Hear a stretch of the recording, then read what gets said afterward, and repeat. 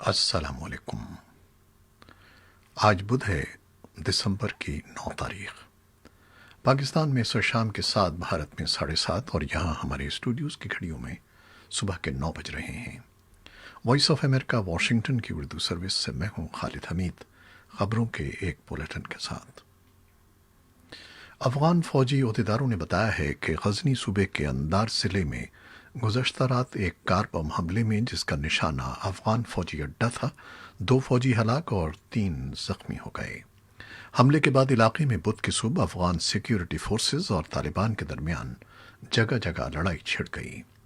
افغان وزارت دفاع نے ایک بیان میں کہا ہے کہ خودکش بمبار اپنی بارود سے بھری کار کابل قندھار شاہراہ کے فوجی اڈے پر اڑانا چاہتا تھا، لیکن اس کی شناخت ہو گئی اور اڈے پر پہنچنے سے پہلے ہی اس کی کار دھماکے سے اڑ گئی، جس کے نتیجے میں 2 فوجی ہلاک اور 3 زخمی ہو گئے۔ غزنی میں افغان فوج کے ایک ترجمان علی شکاری نے وائس آف امریکہ کو بتایا کہ بارود سے بھری ایک اور گاڑی کو سیکیورٹی فورسز نے ناکارہ بنا دیا۔ انہوں نے بتایا کہ اس کے بعد جھڑپیں شروع ہو گئیں، لیکن اڈے پر تازہ کمک پہنچ گئی۔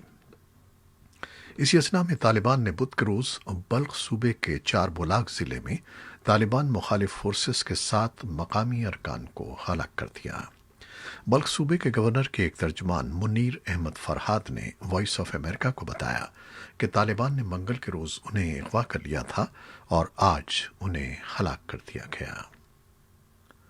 افغان حکومت کی مشترکہ ورکنگ کمیٹی اور طالبان کی مذاکراتی ٹیم کے درمیان دوحہ میں امن بات چیت کے ایجنڈے کو حتمی شکل دینے کے لیے گفتگو آج دوبارہ شروع ہونے کی توقع ہے۔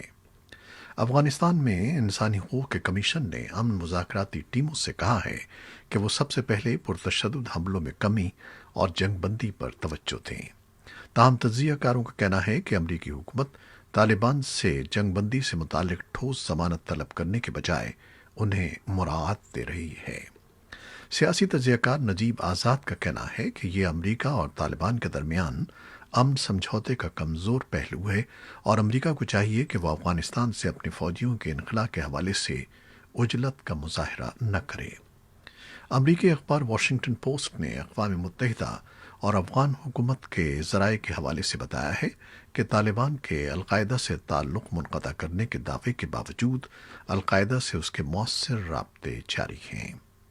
سیاسی تجزیہ کار طارق فرہادی کہتے ہیں کہ دوحہ امن بات چیت میں وقت لگے گا اور سنجیدہ بات چیت بعد میں شروع ہوگی، جب دونوں فریق افغانستان کے مستقبل کی حکومت کے حوالے سے مذاکرات کریں گے۔ تاہم طالبان کے سابق اہلکار سید اکبر آغا کا کہنا ہے کہ طالبان نے اپنی شرائط پوری کر لی ہیں اور وہ اب بھی امریکہ کے ساتھ ہونے والے امن سمجھوتے پر کاربند ہیں۔ امریکہ کی فوج نے افغانستان میں امریکی اور اتحادی افواج کے فضائی حملوں سے عام شہریوں کی ہلاکتوں میں ریکارڈ اضافے پر جاری ہونے والی نئی رپورٹ کو یک طرفہ قرار دیتے ہوئے مسترد کر دیا ہے۔ کاسٹس آف وار پروجیکٹ کے تحت یہ نئی رپورٹ پیر کے روز جاری ہوئی۔ رپورٹ میں ٹرمپ انتظامیہ کی جانب سے سن 2017 میں طالبان کے خلاف فضائی کارروائیوں کے لیے قواعد میں نرمی کے فیصلے کو عام شہریوں کی بڑھتی ہوئی ہلاکتوں کی وجہ قرار دیا گیا۔ رپورٹ میں دعویٰ کیا گیا ہے کہ فضائی کارروائیوں میں عام افغان شہریوں کی ہلاکتوں میں 330% اضافہ ہوا ہے۔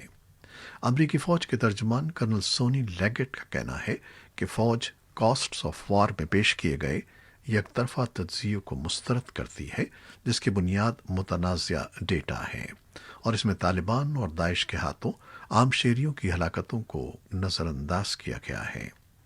وائس آف امریکہ کو ایک ای میل میں کرنل لیگٹ کا کہنا تھا کہ اس میں طالبان کے ہاتھوں کار بم دھماکے، خود ساختہ دھماکہ خیز مواد، راکٹ اور ہدف بنا کر ہلاک کرنا شامل ہے، تاکہ افغانستان بھر میں خوف کی فضا پیدا کی جائے۔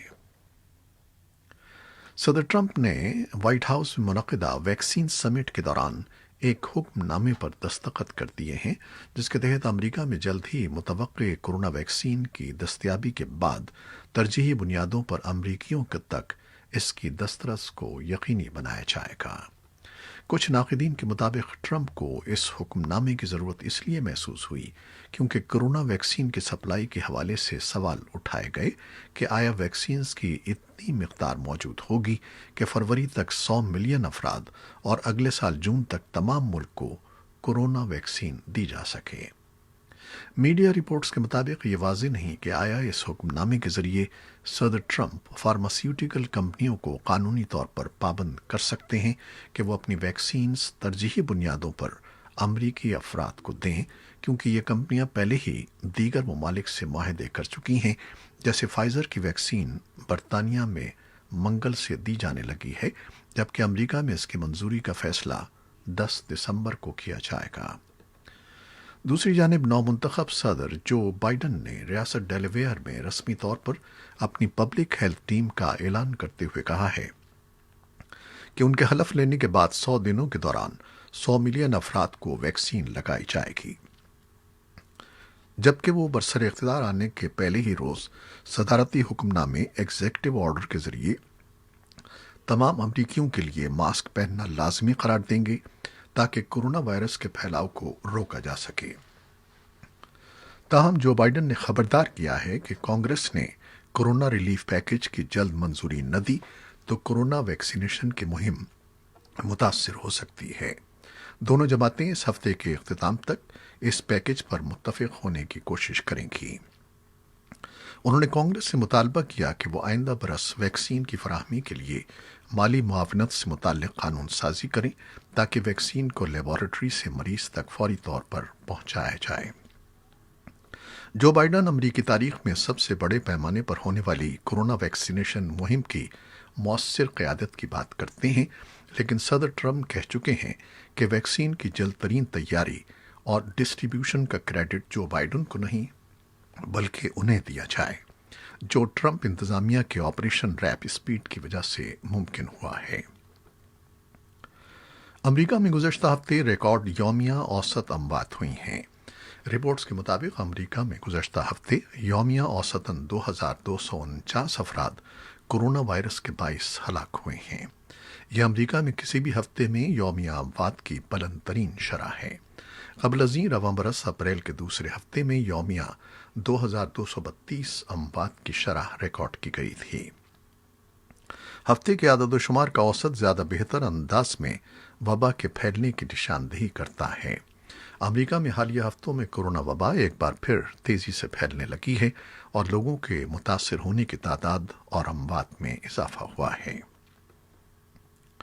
وائٹ ہاؤس نے امریکہ میں حزب اقتدار ریپبلکن اور حزب مخالف ڈیموکریٹ جماعتوں کے سینیٹرز کے مجوزہ $908 بلین کے مقابلے میں $916 بلین کے امدادی پیکج کی تجویز پیش کی ہے تاکہ امریکی صدر ٹرمپ کے جنوری میں اپنے منصب کو چھوڑنے سے پہلے اس امدادی پلان پر دونوں جماعتوں کے درمیان مہینوں سے جاری ڈیڈ لاک کو ختم کیا جا سکے۔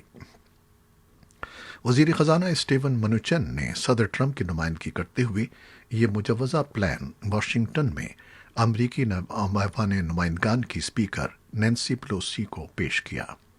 اپنے ایک جاری کردہ بیان میں اس کی تفصیلات بتاتے ہوئے وزیر خزانہ کا کہنا تھا کہ پچھلے پیکج کے برعکس اس میں ریاستی اور لوکل گورنمنٹس کے لیے بھی امداد مختص کی گئی ہے۔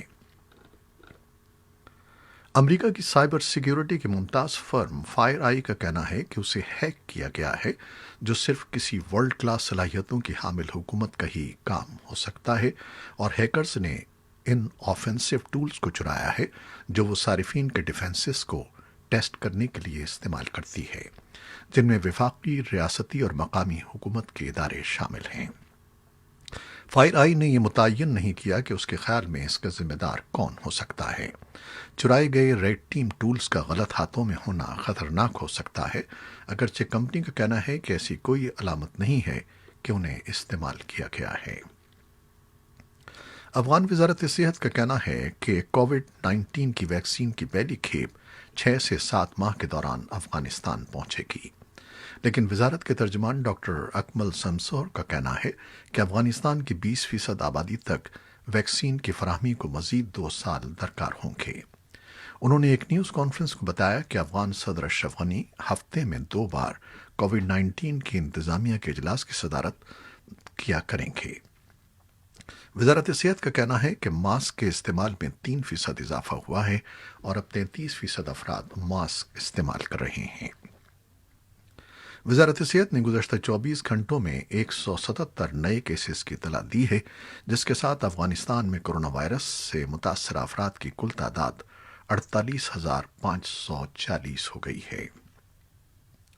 یو کے میں ویکسین کی فراہمی کے ساتھ ہی دیگر کئی ممالک بھی اپنے لوگوں کو ویکسین مہیا کرنے کی تیاری کر رہے ہیں۔ ان میں میکسیکو، مراکش اور انڈیا بھی شامل ہیں۔ تاہم اس دوران ایرانی صدر حسن روحانی نے کہا ہے کہ امریکہ کی جانب سے عائد سینکشنز کی وجہ سے ایران کے لیے کورونا کی وبا کی روک تھام کے لیے بیرون ملک سے ادویات اور میڈیکل سپلائز کی خریداری میں بے حد مشکل پیش آ رہی ہے۔ پاکستان میں کرونا وائرس کی دوسری لہر کے باعث وبا سے متاثرہ افراد کی تعداد میں مسلسل اضافہ دیکھا جا رہا ہے، جبکہ ملک میں وبا سے بچاؤ کی ویکسین کی آزمائش بھی جاری ہے۔ پاکستان میں تحقیقاتی ویکسین کی اس نوعیت کے ٹرائل پہلی مرتبہ ہو رہے ہیں، جس میں 1,000 سے زائد مرد و خواتین رضاکارانہ اس تجرباتی عمل کا حصہ بن چکے ہیں۔ پاکستانیوں کو امید ہے کہ آزمائش کا حصہ بننے کے سبب انہیں یہ ویکسین جلدی دستیاب ہو سکے گی۔ یہ تھیں وہ خبریں جو فیس بک لائیو پر ہم نے آپ کے لیے پیش کی۔ ہماری ویب سائٹ اور یوٹیوب پر یہ بلیٹن پوسٹ کر دیا جاتا ہے، جسے آپ بعد میں بھی دیکھ سکتے ہیں۔ خالد حمید کو آپ اجازت دیجیے گا۔ اللہ حافظ۔